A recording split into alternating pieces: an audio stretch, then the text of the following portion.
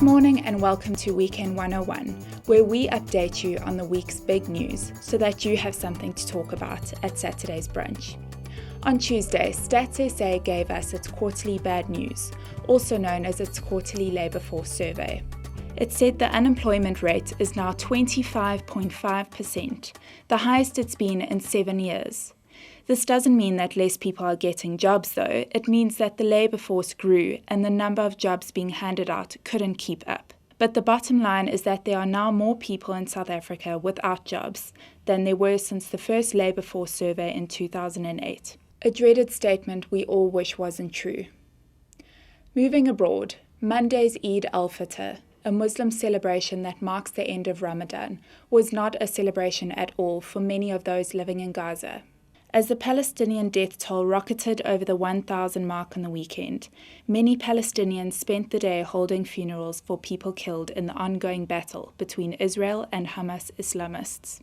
Back at home, KZN's health MEC, Simbongiseni Dhlomo, came under fire this week for saying he is going to give contraceptives to female medical students on bursaries in foreign countries so that they don't fall pregnant and waste everyone's money. The Daily News in Durban said Dhlomo had made his comments at a farewell dinner for 30 students on Monday night before they left to study in India.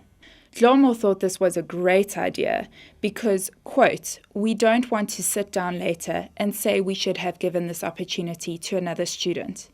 He was apparently referring to the students who were sent to Cuba earlier this year, 4 of whom returned pregnant, which seemingly meant the end of their career training.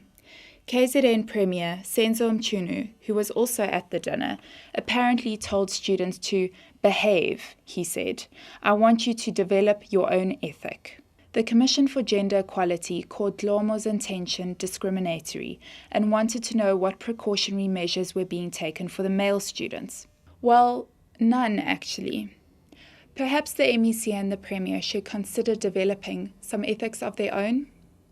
Moving on, spotlight-loving Sports Minister Fikile Mbalula has jumped the gun by saying Durban will bid to host the 2022 Commonwealth Games, taking most other members of government by surprise and leaving them wondering who had given authorization for that.